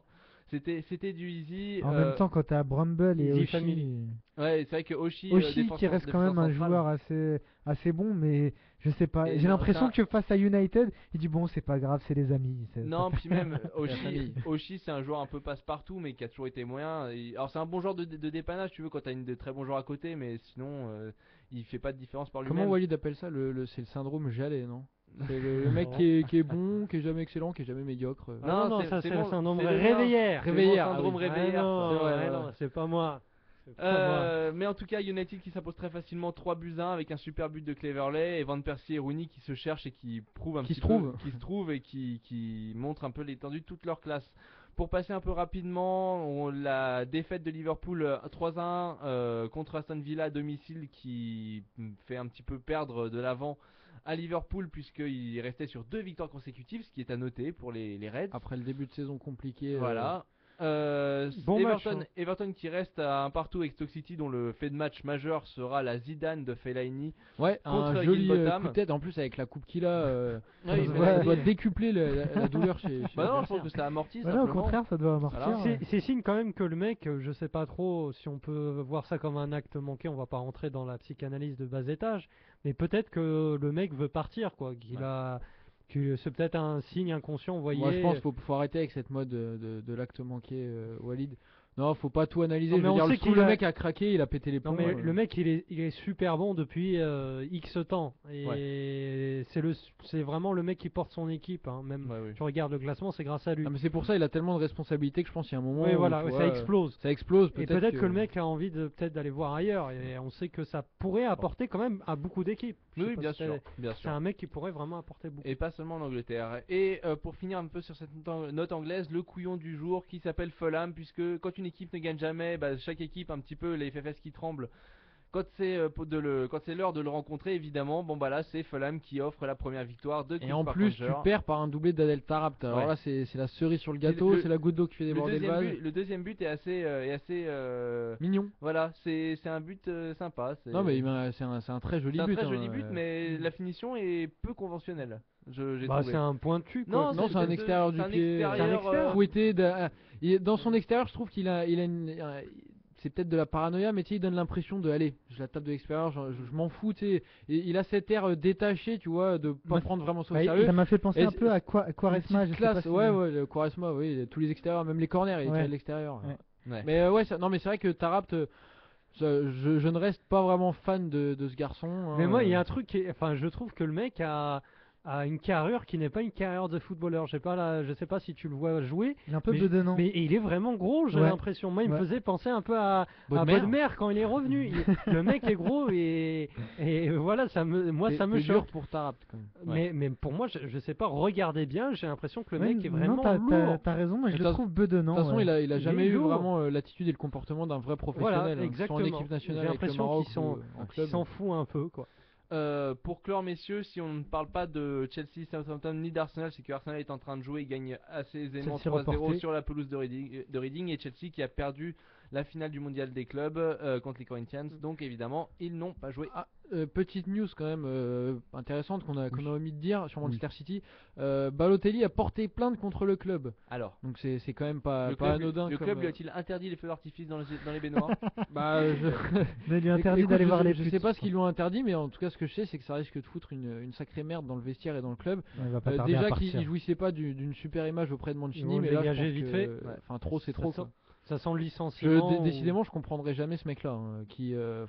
On a beau tout faire pour l'aider, sortir de cette image un peu pourrie qu'il avait. Mais c'est devenu un peu le côté. Moi, je fais pas d'accusation dans le genre, mais je me demande si City le garde pas, tu vois, pour faire un peu la vitrine people, voilà, le buzz. Parce que concrètement, il ne sert plus qu'à ça. C'est dommage. Parce que ça fait cher la vitrine. Oui, voilà, ça coûte très cher pour une vitrine. Moi, ils ont les moyens. J'aimerais bien le voir à Monaco, Balotelli, pas pour sportivement, mais pour les conneries qu'il pourrait faire sur l'île. Ça serait très drôle. L'île de beauté, ça c'est fou. Si vous voulez les détails, le truc c'est que il devait payer une amende de 431 000 € au club pour plusieurs mauvais comportements qu'il avait eu lors des dernières semaines, et il a tout simplement tapé du poing sur la table en disant non, je ne paierai pas ces 431 000 € d'amende, c'est 2 jours de salaire.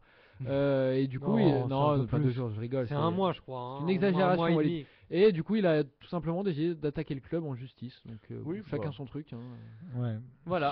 Super, c'est vraiment super. Voilà. Quel joueur. Et quel joueur. Voilà. J'en fais tomber mon téléphone. Voilà. Bon. Classement, un petit point classement. Manchester United 42 points, Manchester City 36 points, Chelsea à 29, Tottenham à 29. Donc Manchester United qui a creusé l'écart. Arsenal 8ème à 24 points. Je les ai pas cités parce qu'ils étaient derrière. Mais pas 5ème s'ils gagnent. Oui, voilà, parce qu'une remontée au classement est possible. Il y a 3-0, c'est quand même bien parti. C'est une belle remontée. Moi, je les voyais. Il y a un peu plus peiné que ça, mais finalement, comme un peu. Alors, je veux pas dire que c'est comparable à la Ligue. Je sens la comparaison foireuse. Non, attention, attention, de tambour. Un peu comme Barcelone. Non, mais un peu comme Montpellier. On risque de te couper ton micro. Non, j'ai dit un peu comme à l'image de notre championnat, ça stagne un petit peu. Bon, ça va. C'est tout. Non, mais fais attention. Je sais pas quoi. Il y a des procès d'intention dans cette émission. C'est assez incroyable. Fais attention à toi. On n'a plus le droit. On n'a plus la liberté d'expression, quoi. Bon. Voilà, écoutez, moi je vous propose de continuer notre petit tour d'Europe. J'ai oublié de te demander, excuse-moi Robin, tu l'as fini? Oui, j'ai fini, bien sûr. Merci très cher. C'est fini, j'ai fini. Venez, monsieur. Voilà, on va continuer avec le pays de la paella. Oui. Un joli cliché pour commencer. Voilà. L'Italie, donc. Non. Le pays où le Real a la gueule de bois et où Barcelone continue de faire la fête. Hein, c'est exactement ça. Très jolie métaphore. Exactement. Et le Real qui a fait 2-2 face à l'Espagnol Barcelone. Pas le bon Barcelone. Ah non, pas le bon Barcelone. Mais pour le coup, c'est quand même un résultat vraiment très décevant et très surprenant, dans le sens où quand même l'Espagnol Barcelone reste une équipe qui va jouer le maintien toute la saison. Ils n'ont pas vraiment un 11 de départ qui ferait pâlir le Real Madrid ou le FC Barcelone. Sauf que le Real de ces dernières semaines ne marche tout simplement plus droit du tout. Il n'y a pas grand chose qui est positif là en ce moment, que ce soit au niveau du terrain, même sur le côté extra sportif, entre Mourinho et Florentino Pérez, il y a pas mal de tensions qui ont été exacerbées, qui ont été mises en avant dans les médias. Ronaldo mais aussi. En fait, tu voudrais dire que c'est exactement ça. C'est ça. D'ailleurs, je sais pas qui est cette chanteuse, mais très très talentueuse. Elle a très bien exprimé mes ressentis. Mais voilà, tout ça pour dire que rien ne va plus au Real. Il faut bien se rendre compte que on est au mois de décembre et que le Real a d'ores et déjà perdu le titre de Liga. C'est quelque chose de catastrophique pour le Real Madrid. C'est quand même. Je sais pas si c'est du déjà vu. De la Maison Blanche. Si tôt dans la saison, c'est quand même très très rare. Avoir 13 points de retard sur le FC Barcelone, qui soit dans des situations le pire dans tout ça, c'est que t'as quand même 4 points de retard sur l'Atlético Madrid qui est second. Je veux dire, le Real est 3ème. il n'y a pas grand chose qui va bien. Il y a beaucoup de tensions autour du club. Les médias commencent à mettre de plus en plus de problèmes en avant. On sent qu'il y a les égos qui ont pris la part sur le collectif. Et le fait d'avoir mis Mourinho en se disant que ça va canaliser tous les égos, bah finalement ça n'a pas porté ses fruits sur le long terme. D'autant que Mourinho s'est accordé tous les pouvoirs au fil du temps. Et il a viré, c'était l'ancien directeur sportif, j'ai perdu le nom. Il voulait virer l'entraîneur de l'équipe B. Il s'est un peu donné tous les pouvoirs comme il avait la coutume de le faire dans ses anciens clubs, sauf qu'au Real Madrid c'est un peu compliqué. Du coup là il doit porter sur ses épaules toutes les responsabilités. Il y a une institution, il peut pas faire comme à Chelsea. Il doit porter les responsabilités de tout cet échec justement, vu qu'il est au centre de toutes les attentions dans le club désormais. Il va falloir qu'il assume. Je pense que Mourinho est plus que jamais sur la sellette du côté du Real Madrid. C'est une saison d'ores et déjà loupée pour le Real Madrid. Complètement. Il reste la Ligue des Champions pour peut-être limiter la casse. Bah franchement, vu le Real qu'on a vu, après on peut dissocier, mais vu le Real qu'on a vu là ce week-end en tout cas, j'ai peu de motifs d'espoir. Je veux dire, défensivement, tu sens que c'est quand même friable. On jouait contre l'Espagnol Barcelone, faut bien se rendre compte. Il est où le Real de l'année dernière le qui pire faisait c'est peur ça, à c'était tout le monde, les mêmes joueurs que l'année dernière. Tu as le ça. même effectif. T'as même eu une plus-value avec l'arrivée de Luka Modric. Le discours de Mourinho n'a l'air de plus passer. Le groupe semble divisé. On avait déjà oui dire des tensions entre les Espagnols et les Portugais. Les Portugais, ouais. On les sent Espagnols et le reste du club. Il y a une fatigue mentale aussi. Il y a une fatigue psychologique. On en avait déjà parlé dans Score Plus, mais je pense que le discours de Mourinho, qui est assez basé sur le rentre-dedans et la mobilisation, ne passe plus vraiment. C'est ça en fait, c'est un peu ce qui s'est passé. C'est le contre-coup de Mourinho. C'est-à-dire qu'à un Ça moment arrive dans donné, tous les clubs, j'ai l'impression. Voilà, il faut que. Mais j'ai l'impression qu'il l'a pas compris. Ça veut dire que cette méthode là pour mobiliser tout le monde, ça marche très bien. Il y a des titres, etc. Mais alors dans ce cas-là, le truc c'est que quand à la fin tu vois la limite, et l'année dernière ils l'ont vu en demi de Ligue des Champions, bah faut tout renouveler, renouveler, mais au moins purger une bonne partie de l'effectif. Le souci c'est que pour moi la technique de Mourinho, c'est justement de galvaniser ses troupes pour gagner quelque chose. Il a pris généralement des équipes comme Chelsea, comme l'Inter, comme le Real, qui n'étaient pas très bien gagner avant, voilà, c'est ça, depuis longtemps. Et une fois qu'il les a fait gagner une fois, mais comment veux-tu continuer à dire vous êtes nuls, mobilisez-vous quand vous êtes... Les gens se disent mais on a déjà gagné le trophée. Complètement, c'est complètement ça. Traite-nous différemment. Ouais. Voilà, donc Mourinho n'a pas cette capacité de s'adapter sur le long terme. En plus, tu as des joueurs comme l'année dernière qui répondent plus vraiment présents, à l'image de Di Maria, à l'image de Karim Benzema qui était là en tribune blessé. Il y a quand même eu une polémique autour. Pendant longtemps, on savait pas, même pendant le match, si c'était blessé ou si c'était Mourinho qui l'avait écarté. On sait qu'il, parce que Mourinho a pointé du doigt le comportement de Benzema, de Di Maria, et il me semble que le troisième c'est Kaka dans le vestiaire, en disant que il faisait partie, ces trois mecs-là, de ceux qui pourrissaient parfois l'ambiance du vestiaire et qui allaient parler volontiers à la presse. Mais Mourinho, il le fait tout le temps. Ça, tu vas voir qu'une semaine, il va accuser Benzema, l'autre, il va accuser Sergio Ramos, l'autre, il va accuser on ne sait qui. Oui, mais ça fatigue. Je pense que ça fatigue beaucoup de joueurs. C'est la méthode Mourinho. Il a toujours été comme ça. Ouais, mais sauf que là, tu te rends compte qu'il y a des joueurs qui l'acceptent pas. Quand tu as des cadres comme Sergio Ramos justement et Casillas au Real Madrid, tu peux pas tout leur dire. Tu peux pas tout te permettre. Oui, voilà, c'est ça. Là, je suis d'accord avec toi. C'est-à-dire que comme il y a une institution, il y a des joueurs. Et l'institution au Real, elle passe quoi qu'il arrive. Casillas, il représente pour moi tout voilà, les mecs, les mecs comme ça, les Xabi Alonso, les Casillas, tu peux pas leur dire n'importe quoi. Xabi Alonso un peu moins quand même. Enfin, comparé à Casillas, c'est quand même. C'est l'institution Real Madrid. Casillas est là depuis un bail. Xabi Alonso. Complètement. Et après, pour en revenir justement au Real Madrid, le club en général, on sent quand même que c'est un état de fait qui est une répétition un peu du déjà vu, un petit peu. Je ne sais pas si vous vous souvenez, mais à plusieurs reprises, le Real, ça a été une constellation de stars, une constellation de joueurs qui étaient starifiés. Et petit à petit, on sentait que la mayonnaise, elle avait du mal, elle montait plus. Et on se dit, on va se débarrasser d'eux, on va en ramener des nouveaux. Est-ce que c'est pas un peu le complexe complexe du riche un peu, c'est d'acheter des stars, de les faire gagner des trophées et puis de faire perdre un peu la motivation à ces stars. Bah non, mais je sais pas, c'est beaucoup plus compliqué, beaucoup plus profond que ça. Les situations se ressemblent pas vraiment dans le sens où là t'as quand même un mec comme Mourinho qui est au centre pour moi du problème qui est actuellement au Real Madrid. Il est tellement charismatique, il attire tellement l'attention que forcément ça agit et ça interagit avec les joueurs. Mais justement, là, tu me parles de Mourinho. Mais avant lui, c'était Capello qui était au centre du problème. Ah mais Capello, avant lui, c'était Capello, il a Pellegrini. quand même beaucoup. Pellegrini et Capello, c'est quand même des mecs qui se fondent beaucoup plus dans la masse et Bien qui sûr. vont avoir beaucoup plus tendance à accepter le discours de leur Non, supérieur. mais ce que je veux dire, c'est qu'au Real, c'est du déjà vu. À partir du moment où il y a un problème, on veut pas vraiment s'en prendre aux joueurs parce que on se dit que les joueurs ont fait gagner les trophées à l'équipe, mais on s'en prend tout d'abord à l'entraîneur. Ouais, mais là, tu vois, je pense que c'est légitime, mine de rien, de se poser la question. Quand tu vois ce que les joueurs pouvaient fournir comme travail la saison passée, le jeu qu'on voyait en Ligue 1, c'était quand même une très belle équipe du Real Madrid. En Liga. En Liga, ouais, pardon. Ouais, je confonds le niveau, tu vois. On passe du Paris Saint-Germain au Real Madrid. Non, mais tu vois, on voyait quand même des matchs vraiment très plaisants. Ça jouait vite, ça jouait bien, c'était précis. Ouais, c'est vrai. Un Real Madrid qui est quand même allé en demi-finale de Ligue des Champions en se faisant sortir au penalty, qui s'est pas joué à grand-chose. Le Real Madrid l'année dernière, c'était quand même très très fort. À partir de ce moment-là, il faut repartir sur un nouveau cycle et recruter des jeunes et essayer de. Non mais attends, je veux dire, Comme t'as Chelsea Cristiano l'a fait. Ronaldo, Di Maria et compagnie, c'est pas des. C'est marrant d'ailleurs parce que Chelsea pas des vieux l'a papis, compris ça. Ils se sont fait avoir une fois et ils sont en train de le faire et de Ouais, et partir. ça marche très bien. Ben non, mais mais au moins tu verras que ça donnera d'autres résultats que le. Non mais là t'as le pas. Real Pour moi c'est reparti sur- incomparable avec Chelsea.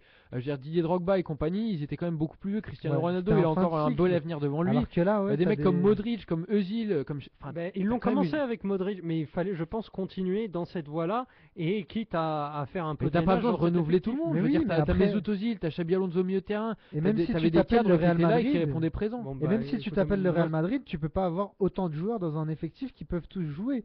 C'est Je impossible. te dis pas ça, il y avait quelques départs. Kaka, pourquoi le mec reste là depuis X temps, même s'il revient. Moi Après, j'ai l'impression si un plutôt joueur pas veut mal pas ces derniers partir, temps. tu peux pas le. Ouais, il a un contrat en or. Et Voilà. effectivement, il s'accroche à leur contrat, Bah oui. donc il reste. Mais c'est vrai Et qu'il y puis a tout le monde n'est je pas prêt pense- à débourser un chèque de 25 millions d'euros pour s'acheter Kaka à l'heure actuelle. À l'heure actuelle, c'est. Mais ils le laisseront partir pour beaucoup moins si ils peuvent se débarrasser Bah d'un écoute, d'un c'est- salaire de 12 C'est millions. un bon plan pour le PSG. On sait qu'ils sont boulémiques de joueurs. Non, je pense pas. Mais ils l'ont tenté. Le Real a essayé de le pousser vers le Paris Saint-Germain, mais ils n'ont pas. La poule aux œufs d'or. Ça n'a Voilà. pas marché. Voilà, donc pour le Real Madrid, moi je vous propose de passer au club catalan, le Chez le rival. FC Barcelona. Et un gros match, du moins on pouvait s'attendre à un très gros match. C'était un très gros match. C'était un très, Non très, mais très gros match. si tu veux un match plus disputé que ça, parce qu'au final, au vu du score final, on voit quand même que le Non, Barça puis, survole au les vu- débats au encore vu une du fois. score final et aussi énormément au vu de la manière. On a vu encore un Barça excellentissime, des combinaisons dans tous les sens, une position de balle impressionnante. A priori, quand Falcao ouvre le score, t'as forcément ce doute qui s'immisce en disant mais putain, Falcao va réussir à renverser ce Barça-là. Sauf que cette impression, elle dure pas vraiment longtemps. 5 minutes plus tard, t'as Adriano qui met un but exceptionnel. Ah, oui. Ah, franchement, C'est très, et là très beau. d'ailleurs j'ai vu un excellent match d'Adriano qui pour moi Excellent. qui monte en puissance, qui confirme sa Excellent, sa- excellent. sa- Ils ont pas mal de sa mecs longue qui montent, hein. progression.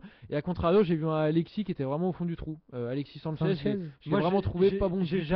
jamais vraiment aimé ce joueur-là. C'est très personnel, mais moi j'ai jamais vraiment aimé le Il est joueur. bon, mais on sent qu'il a du mal à se fondre un peu dans le collectif. Il a eu un peu sa période avec Guardiola, mais là avec Tito Villanova, il a du mal un peu à passer le. Je comprends passer pas le très cap. bien ce que fait le mec dans ce collectif-là. Bon, après c'est personnel.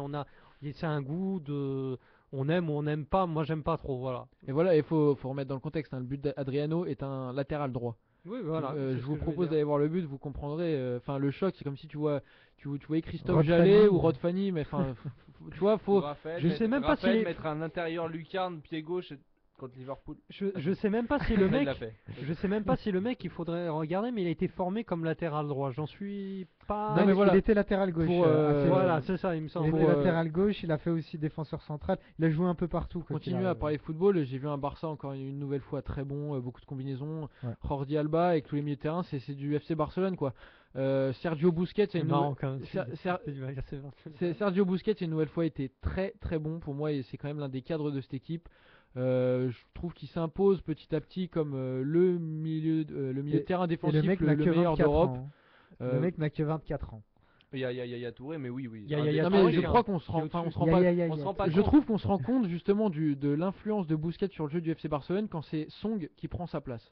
C'est-à-dire que non mais enfin vous rigolez mais Pourtant, on sent que c'est pas un peintre. bah c'est pas un peintre mais comparé C'est un franchement, goal-goal, quand quoi, tu compares à qui paraît, Busquets, en plus. Busquets faut voir à l'âge qu'il a, le palmarès qu'il a déjà. Ouais. C'est pas Champion forcément un du hasard monde, si le double mec arrive à être champion champion du monde, d'Europe, champion d'Europe, Double champion d'Europe. vainqueur de la Ligue des Champions avec le FC Barcelone. Tu vois si ce mec là est dans toutes les équipes qui gagnent, c'est pas toujours un hasard.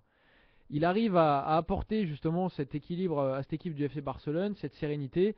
C'est un peu la rampe de lancement avant. C'est un peu le nouveau Xabi. Ah non, enfin c'est un registre beaucoup plus défensif. Je sais pas, parce que Xabi il a commencé quand même un peu plus bas sur le terrain. Non, et mais petit à petit, c'est pas la même chose. Il s'est stabilisé.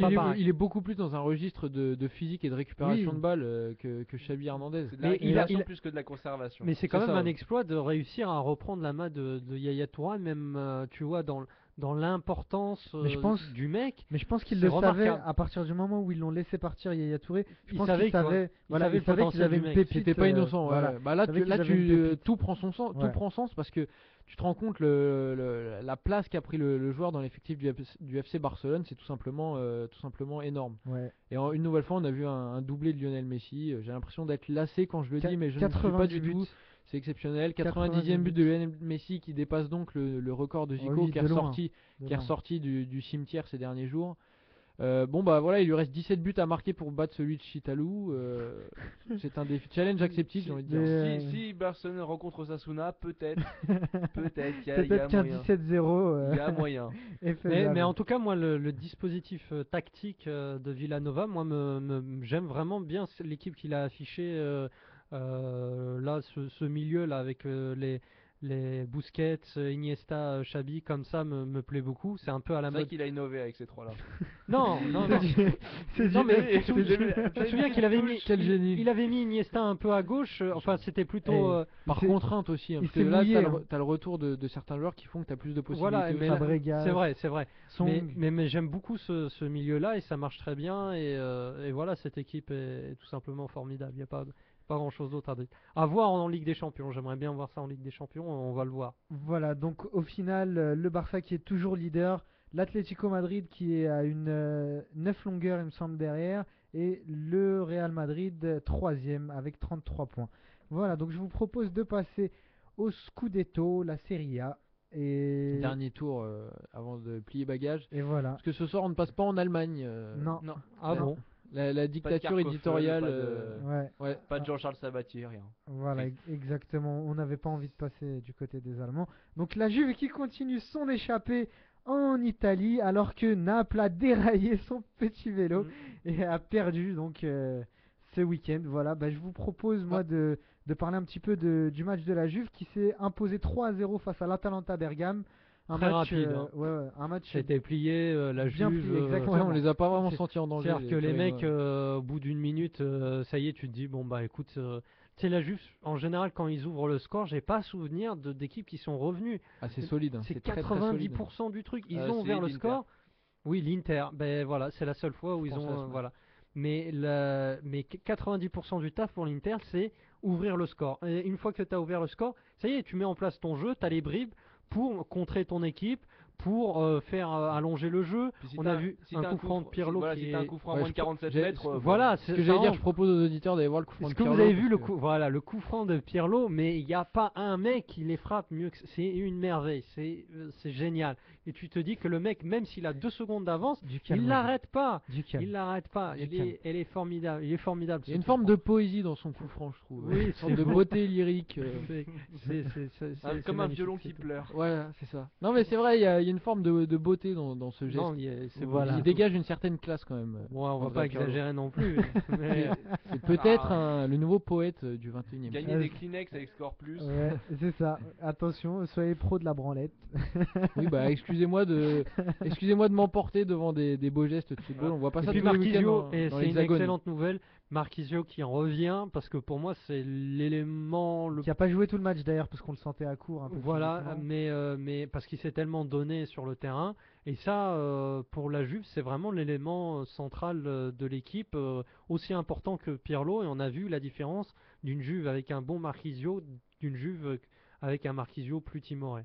Voilà, donc on va passer au match de l'AC Milan. L'AC Milan qui s'impose 4-1 face à l'ancienne équipe de Verratti. Je le rappelle à chaque fois parce que j'aime bien Verratti. J'aime bien Pescara au final. Verratti, parce que Pescara c'est un peu l'ami qu'on aime bien et à qui on met toujours des raclés à FIFA, vous savez. Mais qui continue à jouer. Ouais, voilà. Pas de soucis. Ouais, vas-y, on continue. 4-0, je suis pas mauvais joueur, il n'y a pas de problème. Voilà, donc 4-1 contre Pescara. Voilà, encore un but à la première minute. Pour reprendre ce que disait Walid, il n'y a pas eu photo tout au long de la rencontre. Dans la défense de Pescara, il y avait des boulevards pendant les 3 quarts du match. Franchement, ça m'a pas surpris, mais tu veux voir autant d'errements défensifs à ce niveau-là quand tu joues à San Siro, c'est quand même très très grave. Et quand tu as des joueurs de ta propre équipe qui arrivent à te mettre des CSC à l'appel. Ouais, t'es pas aidé en plus. Ils en ont mis deux. Un très très beau. Il y a une tête plongeante du défenseur. Ouais, exactement. C'était Jonatas. Mais d'ailleurs, ce match-là, il a été marqué notamment par la titularisation de Kevin Constant, qui est un ancien joueur qui a évolué en France, qui est un Châteauroux. Qui est un franco. Et je connais le patron de la guinéen, pizzeria qui l'a remis sur debout, la pizzeria El Giardino d'Italia. Parce que Walid connaît 47% des gens de Châteauroux. Parce qu'il n'y a que 47 personnes, tout simplement. Pour remettre dans le contexte, si vous voulez Castelroussin. Parce que toute la berrichonne de Châteauroux allait dans cette pizzeria, voilà. Et le mec a joué en Ligue 2, donc. Ils sont 100 personnes à aller dans la pizzeria. Non, mais voilà, pour revenir sur le match, il n'y a pas eu photo. Clairement, Milan a totalement dominé les débats et a profité une nouvelle fois de l'altruisme et l'opportunisme d'El Shaarawy pour enfoncer un peu plus. C'est remarquable ce qu'il fait El Shaarawy, le mec. Il prend le flambeau. Il prend le flambeau de Zlatan. Mais c'est même à certains égards tout aussi impressionnant que ce que fait mais Zlatan. Du coup, tu vois, c'est plus compliqué. C'est une manière de se défendre contre les critiques capillaires, tu vois. Il a une coupe toute pourrie, mais vu qu'il est archi bon, personne peut rien dire. Mais oui, et le mec est. Enfin, moi, il prend la profondeur. Il prend vraiment dans son rôle la profondeur comme très très peu d'attaquants le font. Sur ce point. Si tu as une équipe joueuse et quelqu'un qui est capable de faire des passes derrière l'attaquant, ça peut faire très très mal. Et on l'a vu d'ailleurs. Voilà, donc je vous propose de clore cette page italienne avec la défaite de Napoli de Naples. Et on parlera peut-être aussi de la Lazio, je sais pas, Lazio Inter, j'ai dit ça comme ça. Ouais, mais pour le coup, ce match-là, il m'a un peu déçu. La première période n'était pas bonne. Et si j'ai pas envie, Walid? Bah écoute, je sais pas, ça serait bizarre quand même de pas parler du deuxième du championnat et du quatrième ou cinquième. Voilà, donc la défaite du Napoli à San Paolo face à Bologne, 3-2. Donc 2 buts du Napoli de Gamberini et Cavani, tandis que du côté de Bologne, c'est Gabbiadini, Koné et Portanova. On avait, c'est le but de la semaine. Ouais, pour moi, voilà, il fait partie du top 3 de la semaine avec le but d'Estrada. Et celui d'André Pierre Gignac. Le CSC de Pescara, s'il te plaît. C'est vrai qu'il est vraiment pas mal. Non, mais Naples, c'est vrai qu'on n'avait pas l'habitude forcément de les voir rompre comme ça à domicile. Et pour le coup, je pense que ça va leur porter un vrai coup au moral parce que ils étaient dans cette lutte un peu indirecte avec la Juve à distance. Et là, quand la Juve continue à affirmer sa supériorité, t'en as un des deux qui cède. Enfin, pour moi, si tu veux, je suis même pas sûr que dans leur tête, il y a la vol. Alors, il y a les discours, c'est vrai. Attends, quand t'es sur le podium, tu penses si, ils veulent venir. Mais moi, je crois que plus sereinement, c'est une bataille avec l'Inter et la Lazio pour les places européennes, pour je sais pas s'ils ont encore C'était vrai il y a quelques temps pour le Scudetto, pour le titre, mais là, ça va être là concrètement la Juve est partie. Et sur cette rencontre-là, c'est vraiment le Napoli qui s'est mis dans des sales draps et qui s'est mis tout seul dans cette situation, avec des errements défensifs comme rarement. Et les mecs, même quand ils ont mené, je crois à un moment donné 2-1, avec Cavani qui les a remis sur le droit chemin, sur le deuxième but, assez inexplicablement, ils se sont mis vraiment dans une mauvaise situation, à subir, à prendre des centres sur les côtés, c'était vraiment pas bon. Et ils ont pris des buts à chaque fois sur des situations, des centres qui venaient sur les côtés. Et ça a permis finalement à Bologne de l'emporter. Et c'est vraiment un coup d'arrêt pour le Napoli qui aurait pu profiter, si tu veux, de la victoire de la Lazio dont on va parler pour prendre le pas sur l'Inter. Non, j'ai pas envie. Vas-y, Walid, non, plus sérieusement, une victoire de 1-0 de la Lazio à domicile face à l'Inter de Milan. Un but assez tardif de Miroslav Klose à la 82e minute. Grand joueur. Un match qui était jusque-là assez saccadé. Assez triste. La première mi-temps est vraiment pas bonne et c'était ennuyeux. C'est un match un peu comme ce que nous a habitué un peu la Lazio depuis plusieurs matchs maintenant. On sait que c'est une équipe qui a un peu de mal à faire le jeu quand même. Elle joue plutôt bien. Elle joue bien, mais on sent qu'il y a quand même des complications, je dirais, quand il s'agit de faire le jeu. Et quand on voit qu'il y a aussi une équipe du côté de l'Inter qui est pas forcément en super forme et qui a un Diego Milito qui est un peu aux abonnés absents, qui est à la rue. Il s'est fait un peu bouffer par Siani durant le match notamment. C'est dire. Et donc au final un match moribond. Mais le résultat est quand même assez heureux pour la Lazio, dans le sens où l'Inter, à partir du moment où la rencontre s'est décantée, a quand même 2 grosses situations chaudes, je crois, si je me trompe pas, c'est Guarin qui décroche une frappe qui va sur le poteau. Je dis ça de mémoire, je me souviens c'est ça. Voilà. Et puis il y en a une autre, je sais plus qui frappe, mais encore une fois, c'était très très très chaud pour la Lazio. Ils ont la chance de leur côté. Là, je pense qu'ils ont eu la réussite. Ils ont eu ils ont profité d'avoir un mec de classe internationale sur le front de l'attaque qui te met le but au moment opportun. Qui est vraiment un mec, moi je sais pas, mais parce que pour le coup, le mec a pas 10 occasions à se mettre sous la dent dans le match. Il me fait penser à certains égards. Même le but qu'il met, c'est pas vraiment, c'est une demi-occasion. Et tout à fait. Il tacle, il s'arrache et il arrive à croiser la balle. C'est un peu comme du grand Pippo Inzaghi. Moi j'aurais plus pensé ça va faire plaisir à Van Nistelrooy. Moi ça m'a fait penser vraiment à Van Nistelrooy. Dans la catégorie but plat du pied. Exact, voilà. Et le mec va aller chercher, tu vois. C'est beau. Et vraiment. Il a travaillé ça, Van Nistelrooy à l'époque. Ouais. Mais ce mec-là, je pense que sont deux grands attaquants. D'ailleurs, on n'a plus trop de nouvelles de Van Nistelrooy, qui est à Malaga, je crois. Mais il s'est blessé, non? Oui, il me semble qu'il avait voulu prendre sa retraite, je sais plus. Voilà. Mais en tout cas, pour revenir à notre mec Klose, c'est vraiment un grand joueur, et puis il peut continuer comme ça. On l'a déjà vu, 36 ans, 37 ans, ça peut continuer. Van Nistelrooy, c'est normal que tu n'en entendes pas parler vu qu'il a pris sa retraite. Ouais, c'est bien ce que je pensais. Voilà donc pour cette page italienne. La Juventus toujours leader avec 41 points. L'Inter de Milan qui la talonne à 34 points. Naples et la Lazio à 33 points en 3e et 4e position respectivement. Et enfin 5e la Fiorentina avec 32 points. A noter juste une petite anecdote, le transfuge de Lyon qui est parti à Parme, Ishak Belfodil, qui a mis un doublé, voilà, juste c'est vrai. au passage. Non mais tu fais bien de le préciser. Comme quoi les jeunes de Lyon... ils forment déjà énormément de joueurs, il y avait une stat comme quoi c'était la deuxième équipe européenne qui formait c'est très bien. On a quand même quelques centres de formation en France qui fonctionnent bien, Lyon. Je ne sais pas si on en a parlé. Le Stade Rennais. Le Havre aussi. Le Stade Rennais est le deuxième club formateur en Europe. Il y en a un autre, ouais, c'est vrai. Mais bon, après, je suis pas trop fan des profils qui sortent, mais bon, c'est ce que j'allais dire. C'est à voir, mais parce qu'ils ont leurs critères de formation propre. Mais il y en a un dont on te parle et qui monte de plus en plus et qui est très impressionnant, qui a une génération dorée, c'est celui de Nice. Je sais pas si vous avez vu le mec là qui a mis qui a 16 ans, mais moi peut-être on va nous dire encore ça se voit qu'il a 16 ans. Oui, il a certes 16 ans, mais il a quelque chose, ce mec, même à 16 ans, à voir. Voilà. Voilà, messieurs, écoutez, moi je vous propose de mettre un terme à notre émission. Juste avant ça, j'aimerais rappeler à nos auditeurs. Oui, Robin. Oui, non, je t'écoute. Je te regarde avec attention, c'est tout. J'aimerais rappeler à nos auditeurs qu'on a une page Facebook, on a un Twitter. Oui, messieurs, oui, mesdames, nous avons un Facebook qui est animé d'ailleurs et qui est animé en débat riche en émotions. On a vu cette semaine, c'était vendredi dernier, il me semble. Voilà, vous pourrez regarder d'ailleurs dans l'historique. C'était. Il y a un cadeau à gagner. Oui. Justement, j'y venais. Dans les prochains jours, on va vous faire passer un petit concours sur le podcast qui va sortir sur l'émission que vous venez de suivre si vous nous écoutez en direct. On va vous poser une petite question où il suffira de répondre, on va tirer au sort, etc. Et on va vous offrir un joli cadeau en espérant que le Père Noël arrivera à l'heure. On sait pas ça, on va voir si Walid ne met pas l'argent de la caisse dans sa poche. S'il paye les 7 euros Colissimo Papa Noël. Voilà, on vous enverra ça d'ici. Une dernière chose avant de finir, je vous rappelle encore une fois, je sais que je suis un rat, je rabâche et je radote, je me répète.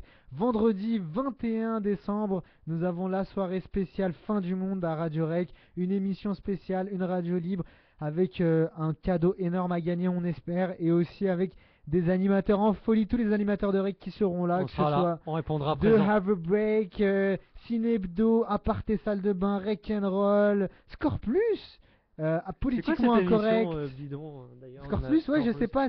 On m'a parlé des mecs un peu chelous. On m'a dit que c'était des idiots qui parlaient football un peu. Enfin, surtout qui anime l'émission. Et qui s'appelle Walid. Non, celui-là n'anime pas l'émission.